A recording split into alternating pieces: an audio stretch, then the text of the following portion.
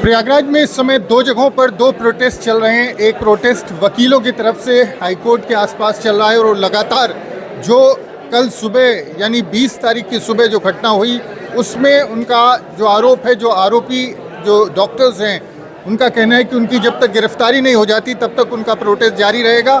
दूसरा प्रोटेस्ट इलाहाबाद के SRN medical college में यहाँ पर चल रहा है और ये नई जो बिल्डिंग है वहाँ पर तमाम डॉक्टर्स, जूनियर डॉक्टर जो है वो धरने पर बैठे हैं और उनकी भी अपनी मांगे हैं। तो हमारे साथ कुछ डॉक्टर्स हैं, उनसे बात करते हैं और उनसे समझते हैं कि आखिर वो चाहते क्या है।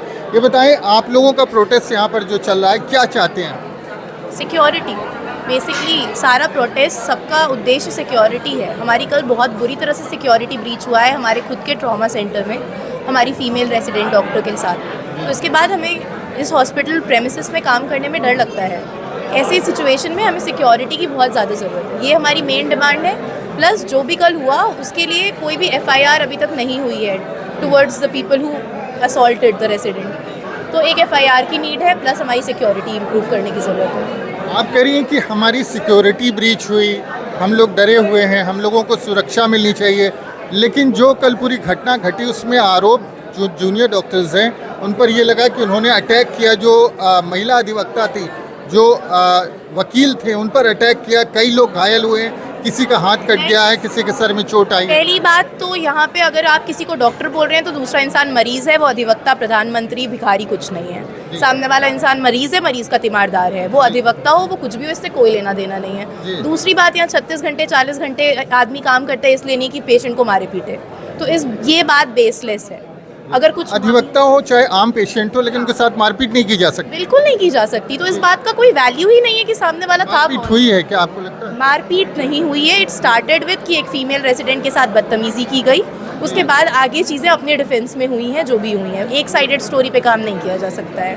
जी, तो आपका साइड क्या है वही जानने आपके पास आए हम लोग। क्या आपको लगता है जो एक महिला अधिवक्ता है उनका हाथ कटा है उस पर क्या कहेंगे? उनका कहना आरोप है कि हमारे हाथ में जो सर्जिकल ब्लेड होता है उससे अटैक किया गया। ऐसा कोई प्रूफ नहीं है उनके पास, ऐसा कुछ भी नहीं हुआ है। जो हमारी फीमेल रेसिडेंट है उनके गले से चेन स्नैच की गई है, उनके गले पे निशान है, उनके हाथ में चोट लगी है, ग्लास से उनका हाथ कटा है।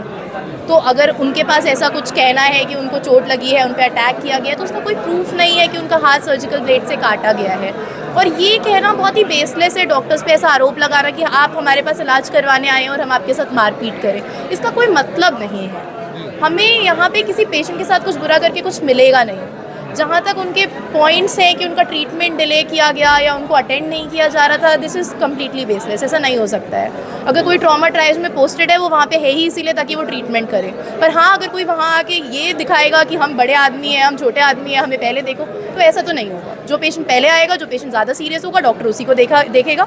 यही हमने ओथ ली है, यही हमें सिखाया जाता है। तो इसमें कोई प्रायोरिटी बेसिस पे काम नहीं होगा कि अगर हम सो एंड सो हैं, I am in a position of power, तो मुझे पहले देखो, नहीं देखने पे हम दंगा करेंगे, हम बदतमीजी करेंगे, तो ये तो नहीं चलेगा। जी, आपको क्या लगता है क्या होना चाहिए इसमें?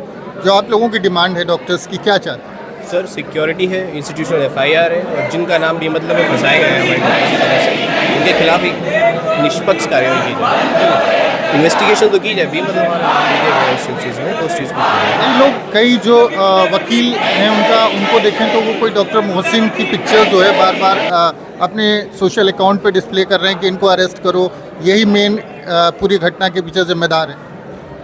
यही हमारी भी डिमांड है कि एक पेशेंट को जो पोर्ट्री किए जा रहे हैं, उसको थ्रेट मिल रहे हैं, आप उनके खिलाफ एक्शन तो ले पुलिस के। उसको बदनाम किया जा रहा है, उसको थ्रेट दिया जा रहा है, फ़ोन पे थ्रेट आ रहे हैं उसके खिलाफ में। अब ये तो चाहता है कि इस विशेष एफआईआर हमारी तरफ से, हमारी साइड से कुछ नहीं है। उनकी तरफ से तो एक एफआईआर दर्ज हुई है डॉक्टर्स के खिलाफ, तो हमारी साइड से हमारी भी एक डिमांड है कि हमारी इंस्टीट्यूशनल एफआईआर हमारी साइड से डिमांड कर रही है।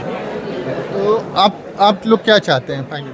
वही हमारी बेसिक डिमांड है, सबसे बेसिक डिमांड है ये, सिक्योरिटी बढ़ाई जाए। Trauma centre, emergency, labour room, यहाँ बिल्कुल भी कुछ भी हो सकता है। कोई भी अटेंडेंट आता है, कितने भी लोग आते हैं, कोई रोकने टोकने के लिए नहीं है। ये पूरे कैंपस पे कोई भी घूमता है, कोई आइडेंटिफिकेशन नहीं है किसी का।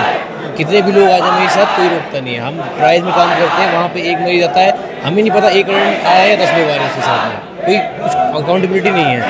हम वही चाहते हैं कि सबसे पहले सिक्योरिटी बढ़ाई जाए, इंस्टीट्यूशनल एफआईआर हो और आगे की कार्रवाई देखी जाए।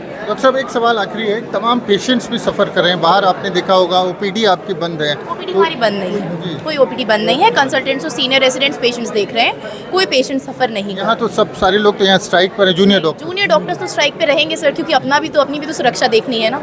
हमें डर लग रहा है, हमारे साथ कुछ हो जाएगा तो हमें कौन देखेगा, है ना। तो हमारे पेशेंट्स कॉम्प्रोमाइज़ नहीं हो रहे हैं, सीनियर रेजिडेंट्स और कंसल्टेंट्स पूरी तरीके से सारी सेवाएं दे रहे हैं, कोई सेवाएं बाधित नहीं है। आपकी शर्तें क्या हैं, किन शर्तों पर आप लोग अपनी जो प्रोटेस्ट है या स्ट्राइक जो भी कहें उसको खत्म करेंगे? कोई शर्तें नहीं है, बेसिक नेसेसिटी है सिक्योरिटी की। ऐसा ये काम बार बार होता रहेगा तो कोई सेफ फील नहीं करेगा ऐसे एनवायरनमेंट में काम करने के लिए। बहुत मेहनत करके, बहुत सैक्रिफाइस करके इंसान डॉक्टर बनता है, इसलिए नहीं कि कोई भी आके मारपीट करके चला जाए और हमारे खिलाफ उसके बाद हमारे ही खिलाफ एक्शन होता रहे। ये बिल्कुल सिक्योर वे या प्लेटफॉर्म नहीं है फॉर अस टू वर्क। बाकी कितने सारे जूनियर डॉक्टर्स थे जिनको कल चलते फिरते सड़क पे थ्रेटन किया गया है हमारे खुद के प्रेमिसेस के अंदर। वहाँ पे हैं कुछ डॉक्टर्स, मैं बुला लूँ अगर आप चाहें। तो कुछ डॉक्टर्स हैं और आपका कहना है कि उनको धमकी दी गई है, और क्या घटना हुई आपके साथ? कुछ मतलब ये हुआ था कि मेरी एक बैचमेट को पीजी जो है वो चल के जा रही थी, तो उसने कुछ लोगों को देखा जो आसपास मतलब ग्रुप में खड़े थे। उसे डायरेक्टली तो नहीं एड्रेस किया, बट ये चीज़ कैंपस में होनी भी नहीं चाहिए कि कोई रैंडम इंसान ग्रुप बना के ये बोल रहा है कि इन्हें हम रात में बाद में देखेंगे, अकेले में देखेंगे। ये सब किसी भी वर्क प्लेस का बेसिक रिक्वायरमेंट होता है, सेफ्टी, और ये चीज़ मांगनी नहीं पड़नी चाहिए हमें। पर फिर भी हमें यहाँ पे ऑन मीडिया आके ये बोलना पड़ रहा है कि हमारे लिए सबसे ज़्यादा बेसिक इस वक्त हमारा कोई भी कंसर्न नहीं है सिवाय इसके कि हमें पेशेंट अगर हमें मैनेज करना है तो हमारा दिमाग स्थिर होना चाहिए। तो उसके लिए हमें सबसे ज़्यादा बेसिक रिक्वायरमेंट जो है वो सेफ्टी की है, और वो ही मांगनी पड़ रही है अगर, तो फिर उसके आगे क्या बोला जा सकता है। सेफ्टी और सिक्योरिटी की आप लोगों की सबसे ज़्यादा इस वक्त ज़रूरत है, आप ये कह रही हैं? हाँ, हमारा लेबर रूम में कभी कोई सिक्योरिटी गार्ड अवेलेबल नहीं होता है। हम ऑल गर्ल्स डिपार्टमेंट है, अगर गायनी डिपार्टमेंट देखा जाए। कल इतनी ज़्यादा ख़राब कंडीशन हो गई थी कि हमने सिक्योरिटी गार्ड के लिए अपील की, हमने बात करी, हमने अपने वार्ड से रेसिडेंट्स को नीचे बुला लिया। हम 16-17 लड़कियां लेबर रूम में, हमें इमरजेंसी में लेबर रूम इवैक्यूएट करना पड़ा है अपनी सेफ्टी के लिए, जो कि चीज़ इवेंचुअली पेशेंट केयर को भी कॉम्प्रोमाइज़ करती है। किसी भी हॉस्पिटल के पिलर्स होते हैं रेजिडेंट डॉक्टर्स, अगर उनको सेफ्टी नहीं मिलेगी, वो काम नहीं कर पाएंगे, तो कोई हॉस्पिटल फंक्शन नहीं कर पाएगा। तो अगर हमारी सेफ्टी इंश्योर नहीं होगी तो इसमें इन जनरल आम जनता का ही नुकसान है। तो हमारे साथ कुछ जूनियर डॉक्टर्स थे, उनका कहना है कि उनकी जो सबसे बड़ी जो डिमांड है वो सिक्योरिटी की है, और उनको जब तक सिक्योरिटी इंश्योर नहीं की जाती तब तक उनका ये प्रोटेस्ट यहाँ पर जारी रहेगा।